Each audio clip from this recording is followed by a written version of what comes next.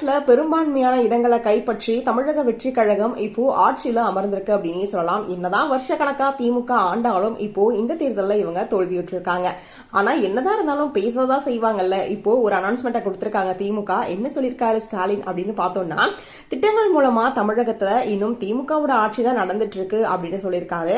தஞ்சையில நிர்வாகிகள் மத்தியில பேசின அவரு திமுகவோட திட்டங்கள்ல தான் புதிய அரசு இப்போ நிறைவேற்றிட்டு இருக்காங்க.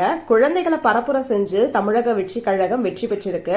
ஆனா இத முறியடிக்கிற வேலையையும் செய்யணும் அப்படின்னு சொல்லப்பட்டு இருக்கு. களத்துல எந்த ஒரு பணியுமே செய்யாம தமிழக வெற்றி கழகம் ஆட்சிக்கு வந்திருக்கு அப்படின்னு சொல்லி விமர்சனம் செஞ்சிருக்காரு. என்னதான் ஒரு கட்சி தோல்வியுற்றாலும் வின் பண்ண கட்சியை பத்தி பேசதானே செய்வாங்க. அந்த மாதிரிதான் இவங்களும் பேசிட்டு இருக்காங்க அப்படின்னு தமிழக மக்கள் பல பேரும் அவங்களுடைய கருத்துக்களை தெரிவிச்சிட்டு இருக்காங்க. அது மட்டும் இல்லாம இப்போ அமைச்சர்களோட சிஎம் வந்துட்டு ஒரு ஆலோசனை மேற்கொண்டிருக்காரு அப்படின்ற ஒரு தகவலும் வெளியாயிருக்கு. தலைமை செயலகத்துல முதன்முறையா அமைச்சர்களோட சிஎம் விஜய் அவர்கள் ஆலோசனை நடத்தியிருக்காரு.